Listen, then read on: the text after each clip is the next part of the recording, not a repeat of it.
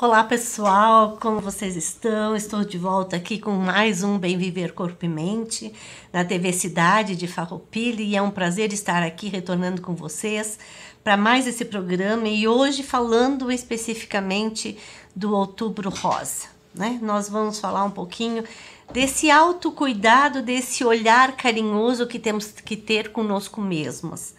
Nós mulheres e homens, nós vamos generalizar, né? O rosa, aí ele está muito relacionado ao câncer de mama, a prevenção do câncer de mama, né? Mas nós vamos generalizar a questão do autocuidado, tanto para homem como para mulher. Porque nós somos seres humanos em evolução, tanto homem como mulher, acredito que temos que ter esse olhar, né? De cuidado, e esse cuidado perpassa pela questão do autoconhecimento, de desenvolver uma segurança, uma autoconfiança para seguir em frente, né? Diante da vida que muitas vezes nos impõe percalços, nos impõe situações que nos dão uma rasteira, que nos dão aquele, né, baque que a gente não estava esperando. São situações novas que a gente não espera e que normalmente são situações difíceis que enfrentamos na vida. Então hoje vamos falar dessa questão bem do autocuidado, né? De se olhar, de se cuidar emocionalmente. Porque na maioria dos programas que falam sobre o Outubro Rosa, que é uma data instituída lá nos Estados Unidos, um período, na verdade, né, onde se fala sobre a saúde da mulher, especificamente. E nós aqui vamos falar sobre a saúde do ser humano, a saúde mental, principalmente, porque nós estamos cada vez mais caminhando para descobrir e para entender o fundo emocional de cada uma dessas doenças, principalmente o câncer, né? De onde que ele vem e como ele aparece nas nossas vidas. No sentido de ser uma doença autodegenerativa e que muitas vezes está ligada a perdas, a traumas, né?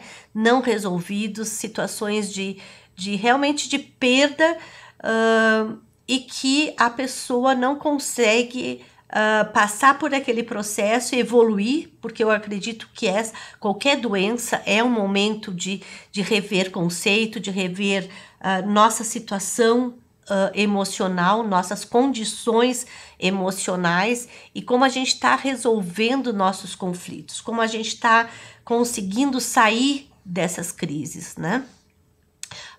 Então a doença é sempre um momento de crise onde o nosso corpo está falando. Eu fiz uma formação de terapia comunitária, né? Até foi pela prefeitura na época, que nos deu uma visão muito ampla sobre a questão da origem das doenças, né? Que o Adalberto Barreto, que é o criador dessa terapia, ele falava sempre, né, que quando a boca cala, os órgãos falam, ou o corpo fala, né? Quando a gente não fala aquilo que nos incomoda, a gente não verbaliza aquilo que está retido ali no peito, no coração, enfim, aonde vocês quiserem localizar essa dor, né? E essas palavras retidas, e elas vão se acumulando e muitas vezes vão desembocar, então, nessa doença, nessa situação que o organismo vai dar um sinal, né? Ele vai dar um sinal de que alguma coisa não está boa, que alguma coisa está sendo reprimida, alguma coisa está sendo não falada, está sendo de alguma forma nos corroendo por dentro.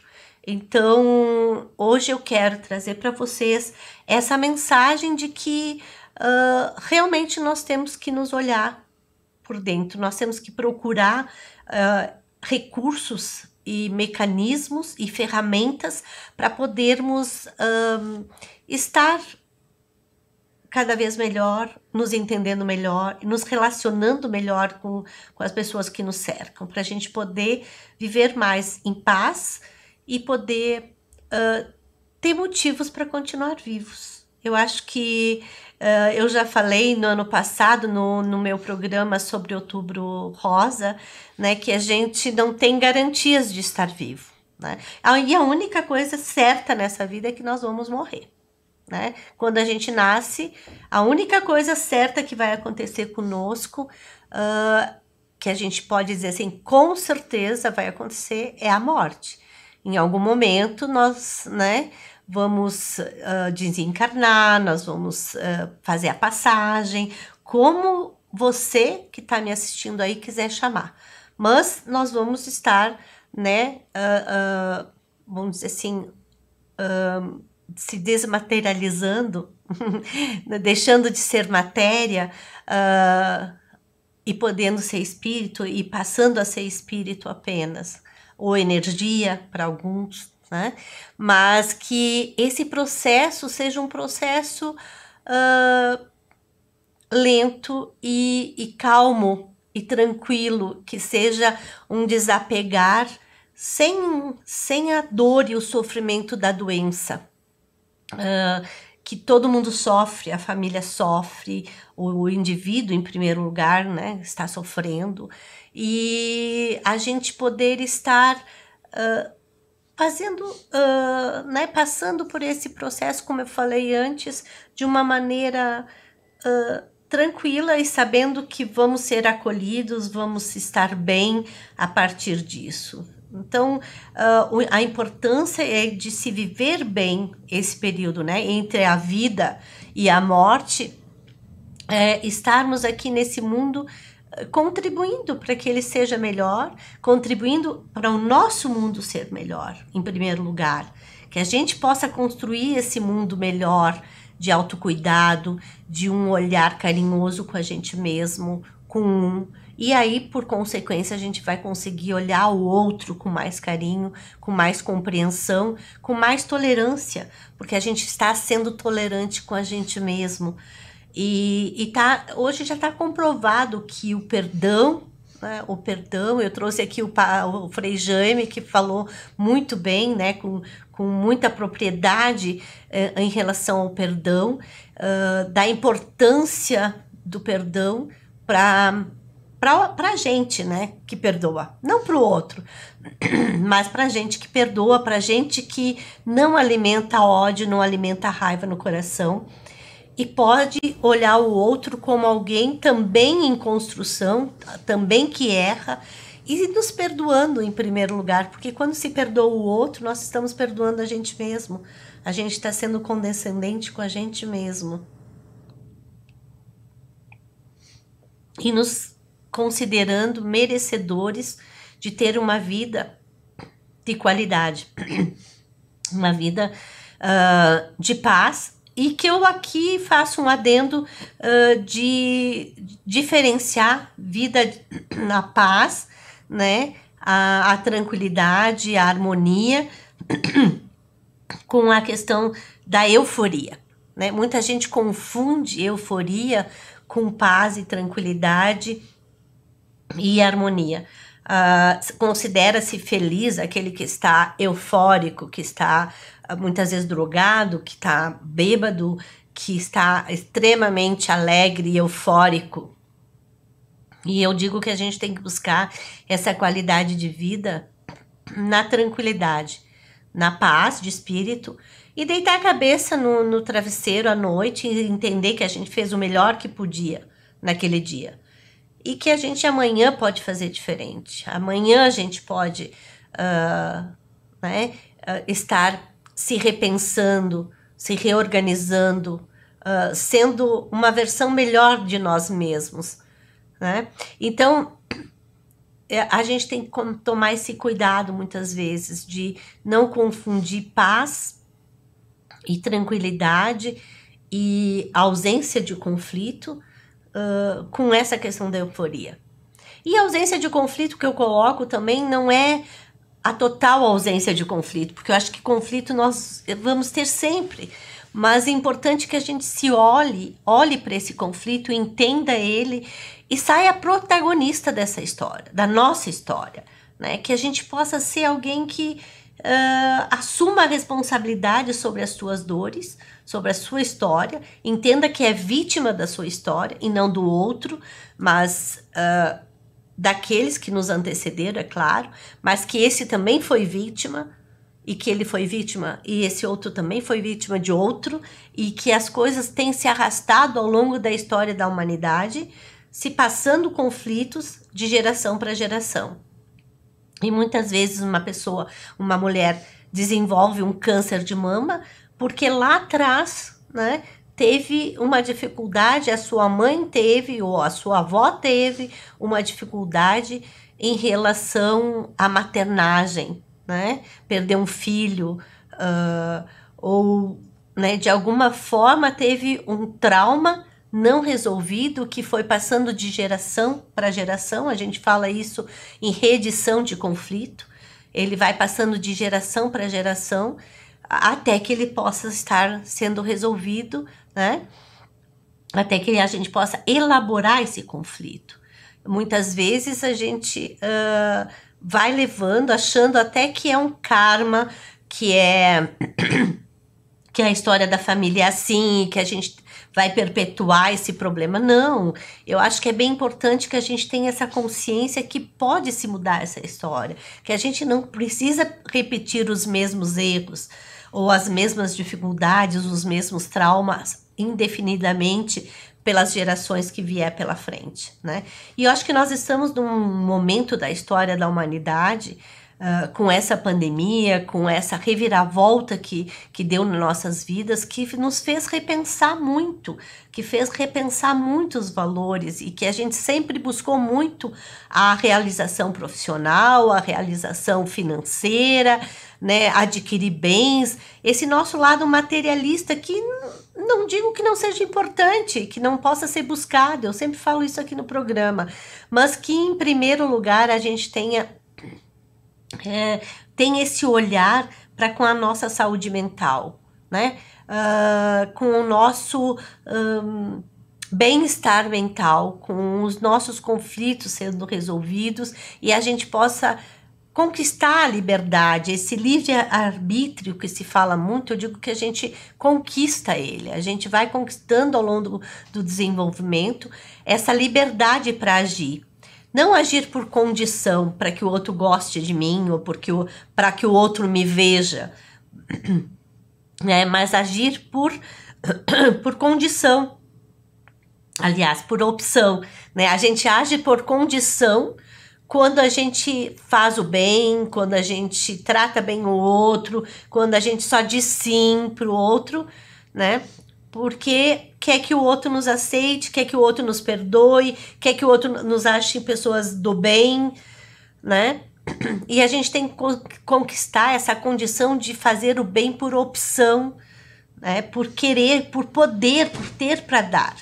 Da gente poder dar para o outro o bem, o carinho, o afeto, a aceitação incondicional, né? Porque a gente tem para dar, porque a gente pode dar, porque a gente já recebeu isso. E com certeza ao longo do nosso desenvolvimento nós vamos recebendo essa condição. Muitas vezes não se tem nenhum olhar para isso. A gente só vê o lado ruim. Eu digo que às vezes até o bater, o surrar, mostra para a criança que ela é importante, que essa mãe quer que ela seja uma pessoa do bem, que ela seja uma pessoa aceita na sociedade. Não deveria, né? Eu acho que não precisa surrar, não precisa nem chamar a criança de rótulos, né? Dar rótulos para a criança. Ela é muito sapeca, ela é muito arteira, ela é muito faladeira, né? Mas que a gente carrega para a vida toda esses rótulos, mas que ela possa estar agindo livremente, né? Sem esses rótulos, mas que ela possa também, às vezes, entender que esses rótulos possam ter um lado bom, né? Assim como o ser surrado, né? Nos dá, às vezes, uma condição de limite, que a gente pode entender que até ali eu posso ir, né?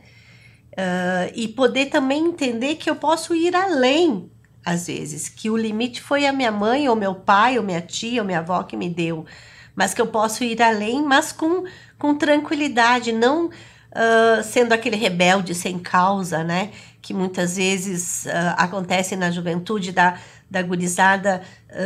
Os pais dizem não usa droga porque é ruim, não usa droga porque é ruim, ele vai lá e usa droga, se rebela contra a autoridade desses pais, e vai lá e usa droga porque precisa se impor, se autogerir, se autoafirmar perante essa família, procurando algo que com certeza é autodestrutivo, que muitas vezes leva a uma vida marginalizada, uma vida sem maiores alegrias, sem paz de espírito, enfim, né? Mas então, no Outubro Rosa, eu queria lembrar vocês sobre o preservar a vida, sobre o olhar sobre a sua saúde mental, né? Tanto homem como mulher. Eu acho que o meu alerta seria até mais voltado para o homem, que tem mais dificuldade de encarar as suas fragilidades e poder procurar ajuda. A mulher é mais flexível nesse sentido. Nós mulheres, né, temos mais facilidade, a gente tem esse olhar sobre as nossas fragilidades e não tem tanto medo, não é nos cobrado esse perfil de macho alfa que tem que conquistar tudo sozinho, tem que fazer tudo sozinho e tem que dar conta de tudo sozinho, e que não pode mostrar fragilidade, que não pode mostrar sentimento, que isso estaria associado a um perfil até eu diria um tanto quanto feminino, né? Que não teria problema nenhum, porque eu acho que dentro do ser humano existe os dois lados, né? O yin e o yang, né? Que seriam os dois lados, tanto feminino como masculino, podem conviver harmoniosamente dentro de todo ser humano. E, claro, um vai se sobrepor ao outro, vai, né, de acordo com a sua estrutura emocional, um vai se sobrepor ao outro, ou até não, porque às vezes, hoje em dia, a gente tem até algumas situações, né, de sexualidade onde não existe sexualidade, não existe, mas sempre existe um perfil, né, do indivíduo, independente de ser um homem ou mulher, mas que ele pode ser frágil, ele pode mostrar essa sua fragilidade, e é assim que a gente se mostra alguém com poder, porque sempre foi nos cobrado essa questão de ser autossuficientes, empreendedores, lutadores, aquele indivíduo que não precisa de nada e de ninguém, que dá conta de tudo e que pode... isso não é real, né? Isso não é real. E que bom que a gente pode mostrar essa fragilidade sem medo de rótulos, que a gente possa estar mostrando ela, e até eu diria que conseguindo uma empatia melhor em relação à nossa pessoa. As pessoas nos entendem mais. Não é que vão ser condescendentes, e até sim, eu acho que sim, que as pessoas vão ser mais condescendentes com a gente, nos entendendo o nosso processo, e a gente mostrando essas fragilidades, né? E não nos julgando, simplesmente entendendo nosso ponto de vista e a nossa condição emocional do momento. Então, assim, é a minha mensagem de hoje, né? Nesse programa especial, que a gente lembra a questão da saúde da mulher, e hoje eu também estou lembrando a saúde do homem, né? E hoje, mais especificamente, a saúde emocional do homem e da mulher, para a gente construir, dar continuidade à história da humanidade, né? Se a gente não se cuidar, se a gente não se preservar, né? O nosso futuro é incerto, bem incerto. E eu agradeço muito pela atenção até aqui, e até o próximo programa.